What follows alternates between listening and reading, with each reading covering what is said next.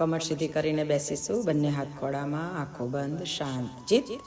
વિશ્વવ્યાપી પરમાત્માને એક ચેતના સ્વરૂપે યાદ કરીએ. તેમની ચૈતન્ય શક્તિ આપના સૌના અંતઃકરણમાં સ્થિર બને, જેથી આપણું શરીર, મન, હૃદય, અંતઃકરણ શુદ્ધ, પવિત્ર, દિવ્યતાથી પરિપલ્લવિત બને.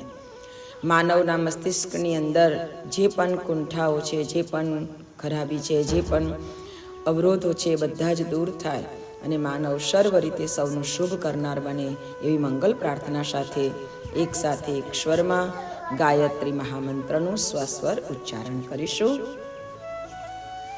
ઓમ ભૂર્ભુવઃ સ્વાહા તત્સવિતુર્વરેણ્યં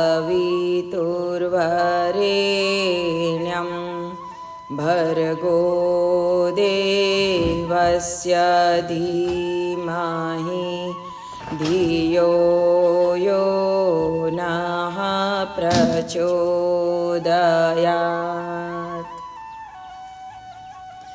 વયં બોધમયં નિત્યં ગુરુ શંકર રૂપિણો યમાશ્રિતો હિ વક્રોયપી ચંદ્રઃ સર્વત્ર વંદ્યતે અખંડાનંદ બોધાય શિષ્ય સંતાપહારિણે સચ્ચિદાનંદ રૂપાય તસ્મૈ શ્રી ગુરવે નમઃ. યા દેવી સર્વભૂતેષુ માતૃરૂપેણ સંસ્થિતા નમસ્તસ્યૈ નમસ્તસ્યૈ નમસ્તસ્યૈ નમો નમઃ. પરમ પૂજ્ય ગુરુદેવ પરમનીય માતાજી, આદ્યશક્તિ, વેદ માતા, દેવ માતા, વિશ્વ માતા મા ગાયત્રીના પાવન સાનિધ્યમાં, સંરક્ષણમાં, તેમના શ્રી ચરણોમાં અનંત કોટી દંડવત પ્રણામ સાથે તેમના સંરક્ષણમાં ઉપસ્થિત તમામ શ્રદ્ધાળુવાલા પરિજન ભાઈ બહેનોના અંતઃકરણમાં બિરાજમાન પરમ ચૈતન્ય સ્વરૂપ પરમાત્માની મારા કોટી કોટી વંદન. આજે આપણે સૌ ભેગા થયા છે ત્યારે પરમવંદનીય માતા ભગવતી દેવીના પુણ્યતિથિ નિમિત્તે શ્રાદ્ધ પક્ષના પ્રથમ દિવસે એટલે કે પૂર્ણિમાના દિવસે માતાજીનું સ્મરણ કરી અને આપણે સૌ સરસ રીતે દીપ યજ્ઞ કર્યો. આજે પરમ પૂજ્ય ગુરુદેવનો જન્મદિવસ, જે એક વિશેષ દિવ્ય ચેતના આ સંસારમાં અવતરિત થઈ અને આખાએ યુગ પરિવર્તનની જે ઘોષણા કરી, એવા યુગ મનીષી, યુગ દ્રષ્ટા, વેદ મૂર્તિ, તપોનિષ્ઠ પંડિત શ્રી રામ શર્મા આચાર્યજી માતૃ સ્વરૂપના હૃદયના ભાવને લઈ અને સંસારમાં પુરુષના ચોલાની અંદર જીવી ગયા અને હૃદય અંતઃકરણની અંદર એક માતૃવત્સલ્ય ભાવનાઓથી એમને સૌને પ્રેમ અને કરુણા દ્વારા સૌને નવાજ્યા. એવા ગુરુદેવના ચરણોમાં અનંત કોટી દંડવત પ્રણામ કરીએ. પ્રાર્થના કરીએ કે હે ગુરુદેવ, આપે જીવનમાં અનેક પ્રકારના કષ્ટોને સહન કરીને પણ વિશ્વના કલ્યાણની ભાવનાથી આ જીવન પરિપૂર્ણ કર્યું. 80 વર્ષના જીવનમાં 800 વર્ષનું જીવન જીવવામાં જે કરી શકે એ કાર્ય તમે 80 વર્ષની અંદર પૂર્ણ કર્યું અને 80 વર્ષમાં પૂર્ણ કરી અને તમે આ સંસારને કેટલી ઊંચી શીખ, કેટલો ઊંચો બોધ આપી ગયા. એવા પરમ પૂજ્ય ગુરુદેવના અનેક જીવન પ્રસંગો એવા છે કે જેને યાદ કરીએ તો આપણને એમ થાય કે ખરેખર ગુરુદેવે આપણને કેટલું બધું સમજાવ્યું, કેટલું બધું આપ્યું. પરમ પૂજ્ય ગુરુદેવના જીવન ચરિત્રની અંદર જોઈએ તો જ્યારે ગુરુજી દાદા ગુરુદેવના આદેશને અનુરૂપ હિમાલયમાં ગયા, ત્યારે હિમાલયની અંદર અનેક ઋષિમુનિઓના એમને દર્શન કરાવ્યા. જે ઋષિમુનિઓની ગુફા સુધી પહોંચવા માટે ગુરુજી અથવા તો કોઈ પણ વ્યક્તિ જઈ શકે એવું નહોતું સશરીરે, પરંતુ દાદા ગુરુદેવે એમને એક અલૌકિક શક્તિ દ્વારા એ દુર્ગમ ક્ષેત્રની અંદર પહોંચાડી દીધા હતા. અને એ ઋષિમુનિઓના જ્યારે દર્શન કર્યા ને ત્યારે ગુરુજી લખે છે કે મારા પહોંચવાથી જાણે કે એ લોકોને પહેલેથી ખબર ના હોય કે કોઈ આવવાનું છે એમ, એટલે એટલા બધા ખુશ અને એટલા બધા પ્રસન્ન થયા. પણ એ બધા ઋષિઓ હું કહી દઉં છું કે સશરીર નતા, સૂક્ષ્મ શરીરે હતા અને છતાં એમની આંખમાં આંસુ હતા. ત્યારે એમને પૂછવામાં આવ્યું, ગુરુજીને મેં પૂછ્યું ગુરુદેવને, દાદા ગુરુદેવને, કે એમની આંખમાં આંસુ કેવી રીતે એમ કેમ હોય? આ તો તપસ્વી બધાથી મુક્ત થયેલા છે. અને ત્યારે એમને પોતાના હૃદયના ભાવ વ્યક્ત કર્યા હતા કે આ બધા એટલે દુઃખી છે કે આજે ભારત વર્ષને ઉપર ઉઠાવવા માટે, ભારતની સંસ્કૃતિને બચાવવા માટે, સનાતન ધર્મની રક્ષા માટે આજે તું એક તૈયાર થયો છે અને તને જોઈને એ લોકો ખુશ થયા છે ને, એટલે ખુશીના આંસુ એમની અંદર આવ્યા છે. અને એ લોકો એમ કહે છે કે હવે અમે કેટલી તારી અંદર શક્તિ, અમારી શક્તિને ઝૂંકી દઈએ. અને એટલે જ ગુરુદેવે જ્યારે દાદા ગુરુદેવ એમને કીધું કે તમે આ યુગ નિર્માણનું કાર્ય કહો છો, પરંતુ આ યુગ નિર્માણનું કાર્ય કેવી રીતે કરવું, મારાથી એકલાથી કેવી રીતે થશે? અને ત્યારે દાદા ગુરુદેવે કહ્યું હતું કે તું એકલો નહીં કરી શકે, પણ તારી સાથે જેટલા પણ જોડાશે તારા કાર્યની અંદર, એ બધાની સાથે આ ઋષિઓની શક્તિ કામ કરશે.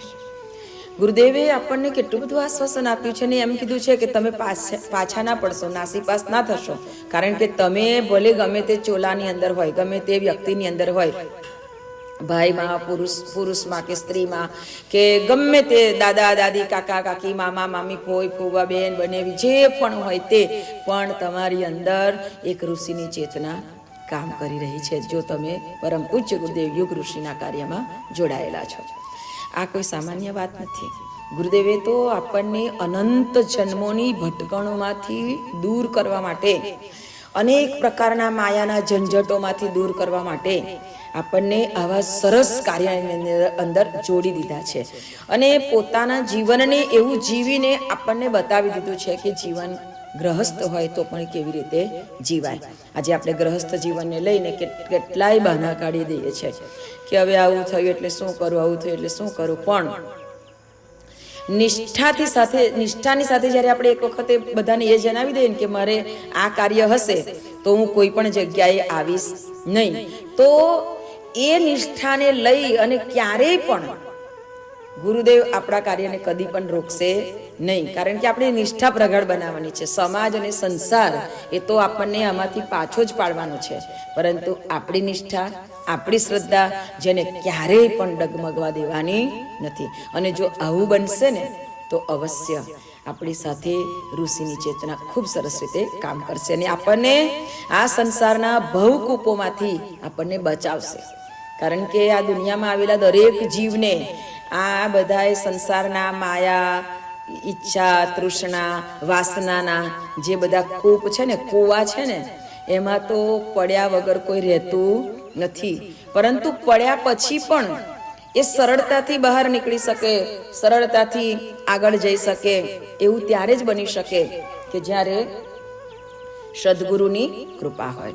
તો સદગુરુની કૃપાને પાત્ર બનીએ ત્યારે આપણા જીવનમાં અવશ્ય કોઈને કોઈ રીતે આ કૂવામાંથી બહાર નીકળવાનો માર્ગ મળી જાય છે. કહેવાયું છે કે જ્યારે એક વખતે રાજા ભોજ, એનું ખૂબ નામ હતું. રાજા ભોજની ઘણી બધી કથાઓ પણ છે, કે ઘણી બધી એની વાતો પણ છે. તો રાજા ભોજ જ્યારે દરબાર ભરીને બેઠા હતા અને અચાનક રાજા વાજાને વાંદરા, એવું કીધું છે ને કે એમના મગજમાં ક્યારે શું આવે કાંઈ નક્કી નહીં, અને જ્યારે આવે ત્યારે બધાને આગા પાછા કરી દે, ઊંચા નીચા કરી દે. એટલે રાજા ભોજના મનની અંદર એક એવો પ્રશ્ન થયો કે એવો કયો કૂવો છે કે જે કૂવામાં પડ્યા પછી બહાર નીકળવું બહુ કઠિન છે. એટલે રાજ દરબાર ભરેલું હતો, મોટા મોટા પંડિતો હતા, કેટલાય બધા લોકો બેઠેલા હતા. અને રાજાએ તો પ્રશ્ન પૂછી લીધો. બધા જ માથું ખંજવાળવા માંડ્યા કે આપણે રાજાને કયો જવાબ આપીશું. દરેક જણ વિચારે કે જો આમ કહીશું તો રાજા એનો આવું કહેશે, આમ કહીશું તો રાજા એનું આવું કહેશે, આપણો જવાબ સાચો નહીં પડે તો રાજા તો ખબર નહીં શું કરી દે. કોઈ જ બોલે નહીં, બધા શાંત, બધાના મોઢા નીચા. એટલે ભોજ રાજા ગુસ્સે થયા, એટલે એમ ક્રોધમાં આવીને કહેવા માંડ્યા કે ભોજ રાજાએ કહ્યું કે તમારામાંથી કોઈ મારા પ્રશ્નનો જવાબ ના આપી શકે તો કેવું કહેવાય? આટલા મોટા મોટા પંડિતો બેઠા છે છતાં પણ મારા પ્રશ્નનો જવાબ નહીં. એટલે ભોજ રાજાએ કહ્યું કે કોઈ જવાબ નહીં આપશે તો મને વાંધો નથી, પણ મારો રાજ પંડિત તો મને જવાબ આપવો જ જોઈએ. રાજ પંડિત ઊભા થયા અને રાજ પંડિતે નીચું મોઢું રાખીને કહ્યું કે મહારાજ, મને 7 દિવસની મુદત આપો. તો 7 દિવસની મુદત મહારાજે કીધું કે ભલે, એમ કે 7 દિવસની મુદત તને આપું છું, પરંતુ 7મા દિવસે તારે મને જવાબ આપવો પડશે. તો કે સારું. પછી એ તો 1 દિવસ, 2 દિવસ, 3 દિવસ, પણ રાજ પંડિત તો ઘરે ગયા, પણ ચેન પડે નહીં, ખાવા પીવાનું ભાવે નહીં, કારણ કે રાજાએ તો એલાન કર્યું હતું કે 7 દિવસમાં તમે મને જો સાચો જવાબ નહીં આપો તો અત્યાર સુધી તમને જેટલી પણ ઇનામ આપ્યા છે, જેટલા પણ ઇનામ આપ્યા છે એ બધા જ પાછા લેવામાં આવશે. તમને જે ઉપહાર આપેલા છે બધા પાછા લેવામાં આવશે અને તમને દેશવટો આપવામાં આવશે, દેશ નિકાલ થશે.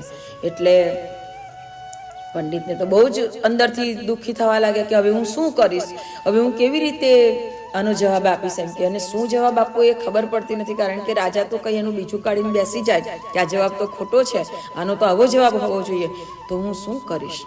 એટલે બહુ દુઃખી થઈ જાય છે. 5 દિવસ થઈ ગયા, 6ઠ્ઠો દિવસ થયો એટલે રાજપંડિત વિચાર કરે છે કે હવે મને ઘરમાંથી નીકળી જવા દે, હવે જે થાય તે ખરું, જ્યાં જવાય ત્યાં ખરું. એટલે ઘરમાંથી નીકળી ગયા અને ચાલવા માંડ્યા. ચાલતા ચાલતા ચાલતા ચાલતા ગામની બહાર, નગરની બહાર નીકળી ગયા. નાનું સરખું વન આવ્યું. એટલે એ તો ચાલતા જતા હતા, પણ જતા જતા એ જંગલની અંદર જેવા પ્રવેશ કરે છે નાના વગડાની અંદર, તો એ વગડામાં ઘેટા ચરાવનારો ત્યાં એમને મળ્યો. અને રાજપંડિત એટલે કોણ ના ઓળખે, બધા જ ઓળખે. ઘેટા ચરાવનારા ચરવાહા એટલે કે ગોવાળીઓ એને એવું કીધું કે અરે રાજપંડિત, તમે અને આટલા બધા નિરાશ, આટલા બધા હતાશ આવા તો મેં તમને ક્યારેય જોયા નથી. શું રાજાએ કંઈ દંડ આપ્યો કે શું? એટલે રાજપંડિત કે ભાઈ દંડ નથી મળ્યો, પણ દંડ મળશે એવું લાગે છે. તો કે કેમ? તો કે રાજાએ મને એવો અઘરો પ્રશ્ન પૂછ્યો છે કે એનો જવાબ હું આપી શકું નહીં, અને તારી જોડે વાત કરવાનો કોઈ મતલબ નથી. હું જવાબ નથી શોધી શકતો તો તું તો મને કંઈ આપવાનો નથી. અરે ભલે હું ઘેટા બકરા ચરાવનારો હોય, પણ તમે મને કહો તો ખરા કે રાજાએ શું પૂછ્યું? તો કે રાજાએ એવું પૂછ્યું છે કે એવો કયો કૂવો છે કે એમાં પડ્યા પછી કોઈ બહાર નીકળી શકતું નથી, અને નીકળવું બહુ કઠિન છે. તો ગોવાળિયાએ કીધું કે અરે એમાં શું ચિંતા કરો છો, તમે એની વાત છોડી દો. મારી પાસે એક બહુ જ સરસ પારસમણી છે, હું તમને પારસમણી આપીશ ને તો તમે આવા એક રાજપંડિત નહીં 1000 રાજપંડિતોને ખરીદી શકો એટલી તમારી પાસે શક્તિ આવી જશે. રાજા ભોજને એક બાજુ રહેવા દો ને એમ કે. તો કે હે એવું કે હા, તમને દેશવટો આપે તો કઈ વાંધો નહીં, બીજા દેશની અંદર તમે જમાવટ કરજો, બરાબર બરાબર. તો કે હા સરસ, પણ તું મને આપીશ પારસમણી? તો કે હા પારસમણી આપીશ, પણ પારસમણી આપીશ પણ એની એક શરત છે. તો કે શું શરત છે? તો કે તમારે મારા ઘેટાનું દૂધ પીવું પડશે. તો રાજપંડિત કે ઓહો, આજ સુધી મેં ક્યારેય ઘેટાનું દૂધ પીધું નથી, હું તો પંડિત, અત્યાર સુધી મેં ગાયના દૂધ સિવાય કોઈ દૂધ મોઢામાં મૂક્યું નથી, અને આ દૂધ પીવાનું? તો કે તો કઈ વાંધો નહીં, તો તમે જાઓ. તો કે ના ના સારું ચાલ પી લઈશ એમ કે, પી જઈશ, પણ એક બીજી શરત. શું? તો કે એ દૂધ હું એઠું કરીને આપીશ. કે હે, તારું એઠું દૂધ પીવાનું? તો કે હા, એ તમારે એઠું દૂધ પીવું પડશે. તો કે ના રે ભાઈ, મારો આ બ્રાહ્મણ ધર્મ લચવાય એમ કે, આવું બધું તો કરાતું હશે. તો કે તો કઈ વાંધો નહીં, તો તમે જાઓ. પછી પાછું પંડિતને એમ થયું કે હવે અહીં કોણ જોવાનું છે, પી લઈશું દૂધ, 2 ઘૂંટડા પીવું તો હું. પછી કે સારું ચાલે એમ કે હું દૂધ પી લઈશ. પછી કે પણ સાંભળો, આ ખોપરી પડી છે ને, એ ખોપરીની અંદર હું દૂધ કાઢીશ, હું આઠું કરીશ અને પછી હું તમને આપીશ. અલા ખોપરી? કે હા માણસની ખોપરી છે, જંગલમાં તો બધું પડેલું હોય. રાજપંડિત વિચાર કરે છે કે આ તો મને એકદમ ભ્રષ્ટ કરવા માંગે છે એમ કે, આવું તે કંઈ હોતું હશે? આવી ખોપરીમાં તો કોઈ દિવસ દૂધ પીવાતું હશે? ના રે બાપા, મારે દૂધ નથી પીવું એમ કે, તું તારે જે થાય તેને મને જે સજા મળવાની હોય તે મળે. તો કે કઈ વાંધો નહીં, તમે દેશ નિકાલ થઈ જશે, બીજા દેશમાં તમને કોઈ રાખે નહીં, તમારી પરિસ્થિતિ, તમારા બાલ બચ્ચા ઘરવાળા બધા કેવી રીતે રહેશે મને ખબર નથી, એટલે હવે તમે જાણો જે કરો તે. તો વિચાર કરવા માંડે છે કે ઓહો, હવે હું શું કરીશ, હવે હું શું કરીશ? એટલે રાજપંડિત કહે છે કે સારું ચાલે એમ કે, કઈ વાંધો નહીં એમ કે, હું દૂધ પી લઈશ, તું ખોપરીમાં આપીશ તો પણ. એટલે કે સારું. તો ખોપરીમાં દૂધ આપવાનું કીધું. તો કે સારું, કઈ વાંધો નહીં, પી લઈશ. રાજપંડિત વિચાર કરે છે કે હું તો આંખો મીચી કરીને ગમે તેમ કરીને પી જઈશ, હવે બીજું કરું હું? એટલે રાજપંડિતે કીધું ને કે હા સારું ચાલે એમ કે, તું મને આપ. એટલે ગોવાળીઓ હસવા માંડ્યો, એટલો બધો હસવા માંડ્યો. એટલે રાજપંડિત કહે છે કે અલ્યા તું હસે છે શું? અહીં મારો તો જીવ જવાની તૈયારી છે કે આ બધું તે બધી જે શરતો મૂકી છે ને એનાથી તો મારું હવે હૈયું કપાઈ રહ્યું છે, તું પાછો હસે છે એમ કે. ત્યારે ગોવાળિયાએ કીધું કે તમે જરાય ચિંતા ના કરશો મહારાજ, પંડિતજી તમે રાજ દરબારમાં જાઓ અને રાજાને કહેજો કે સૌથી મોટો કૂવો કયો છે, તો કે આ લોભનો, મોહનો અને ઈચ્છાઓનો. તમને પારસમણીની ઈચ્છા થઈ ગઈ કે મને મળી જાય તો હું મોટો બની જઈશ અને મને તો પછી કોઈ મારે કોઈને પૂછવું નહીં પડે ને હું તો મોટો થઈ જઈશ. આ પારસમણીની લાલચ તમને જે લાગી ને એ મોટો કૂવો છે. બાકી આજે તમે પંડિત, બ્રાહ્મણ, ઊંચા કુળમાં જન્મેલા, હું તમે ઘેટીનું દૂધ પીવો એમ કે? શું તમે મારું એઠું દૂધ પીવો? શું તમે આ ખોપરીનું દૂધ પીવો? પણ આ ખોપરીનું દૂધ, એઠું દૂધ અને ઘેટીનું દૂધ પીવા તૈયાર ક્યારે થયા? પારસમણી, આ લાલચ, આ લોભ, આ મોહ, મોટો બની જાઉં, પૈસાવાળો થઈ જાઉં, બધા મને પૂછે, મારો કોલર આમ ટાઈટ રહે, આ બધો જે તમારી અંદરની ઈચ્છા તૃષ્ણાઓ છે ને એ કૂવા છે. એ કૂવામાંથી બહાર નીકળવું બહુ કઠિન છે. જાઓ ભોજરાજાને કહેજો કે સૌથી ઊંડો એવો કયો કૂવો, તો એવો એ જ કૂવો છે ઈચ્છાઓનો, લોભનો, મોહનો, વાસનાઓનો, તૃષ્ણાઓનો. એ કૂવો એવો છે કે એમાંથી નીકળવું બહુ કઠિન છે. પણ રાજ પંડિત વિચાર કરતા થઈ ગયા, તું તો ઘેટા ચરાવનારો, તે તો મને કેટલો સરસ પાઠ ભણાવી દીધો એમ કે. સીધી કોઈ વાત નહીં પણ કેવી સરસ રીતે તે તો મને પાઠ ભણાવી દીધો. અરે બાપરે, તું તો મારો ગુરુ બની ગયો એમ કે. પરમ પૂજ્ય ગુરુદેવ કહે છે કે બેટા, જેની પાસેથી સારું જ્ઞાન મળે ને, જેની પાસેથી સાચી દિશા મળે ને, એને તમે ગુરુ માનજો, એટલે કે એને તમારા જીવનનો એક આદર્શ માનજો અને એ સાચા અને સારા ગુણોને જીવનની અંદર અપનાવજો. આ ગુરુજી આપણને એક બોધ આપ્યો છે.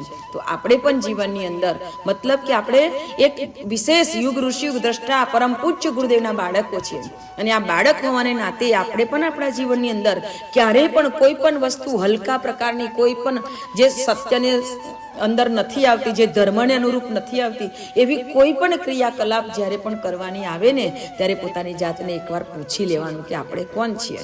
પરમ પૂજ્ય ગુરુદેવે પોતાના એક દુઃખ સાથે વ્યક્ત કર્યું હતું कि बेटा मैं तो अगले दिनों नहीं रहूँगा, आपको देखकर लोग मुझे पहचानेंगे, तो आप जैसा मुझे लोगों के सामने व्यक्त करना चाहोगे वैसा आप बन के रहना।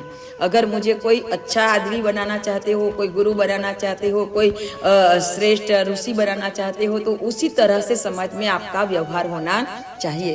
तो આપણું ચિંતન, આપણું ચરિત્ર, આપણો વ્યવહાર એવો બનાવીએ કે આ ગુરુદેવનો બાળક છે એની ઓળખ સમાજની અંદર સ્થાપિત થવી જોઈએ। એક સારા વ્યક્તિત્વ તરીકે આપણી ઓળખ આપણા સંસારમાં સમાજની અંદર બને એવો પ્રયત્ન કરવો જોઈએ। સમાજનો મતલબ કોઈ સંપ્રદાય નહીં, સમાજનો મતલબ કે આ આખું વિશ્વ જેના થકી આખું આપણા સંસાર બનેલું છે એની અંદર સારા એ સંસારની અંદર આપણે આપણા ગુરુજીને કેવા ઓળખાવા છે એનો સંકલ્પ આજે આપણે લેશું।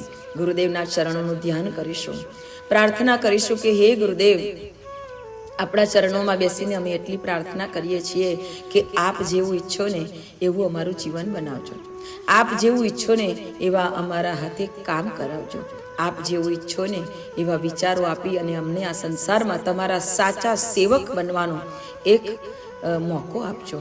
आ गुरुदेवना चरणोनी अंदर बैठा पछी आपणा जीवननी अंदर जो व्यक्तित्व परिष्कार ना थाय तो आपणुं जीवन कोई कामનું ના રહે। ગુરુદેવ કહે છે કે માળા તો બહુ ફેરવી લીધી, પરંતુ મનની અંદરનો મેલ જો આપણે ના કાઢીએ, આપણી અંદરના દોષોને જો આપણે ના ધોઈએ તો પછી માળા ફેરવવાનો પણ કોઈ મતલબ રહે નહીં।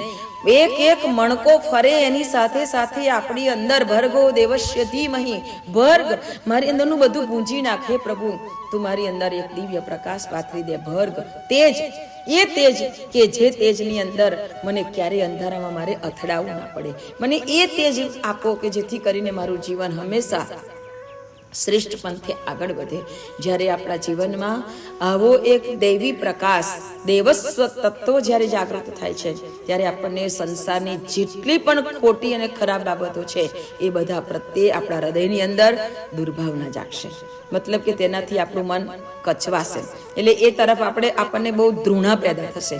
તો ધૃણા પેદા થાય એ એવા કર્મથી આપણે દૂર રહીએ અને જે કરનારા છે એને પણ આપણાથી જેટલું સમજાવાય એટલું સમજાવી શકીએ।